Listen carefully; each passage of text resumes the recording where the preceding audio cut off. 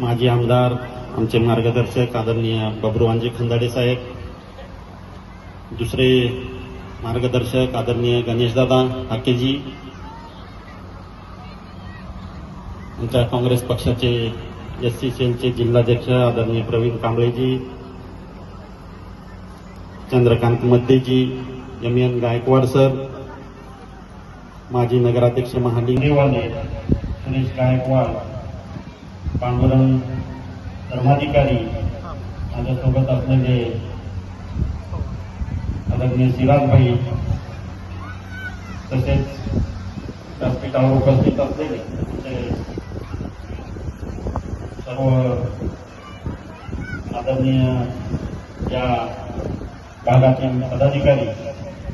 आणि उपस्थित बौद्ध उपासक उपासिका भगिनी,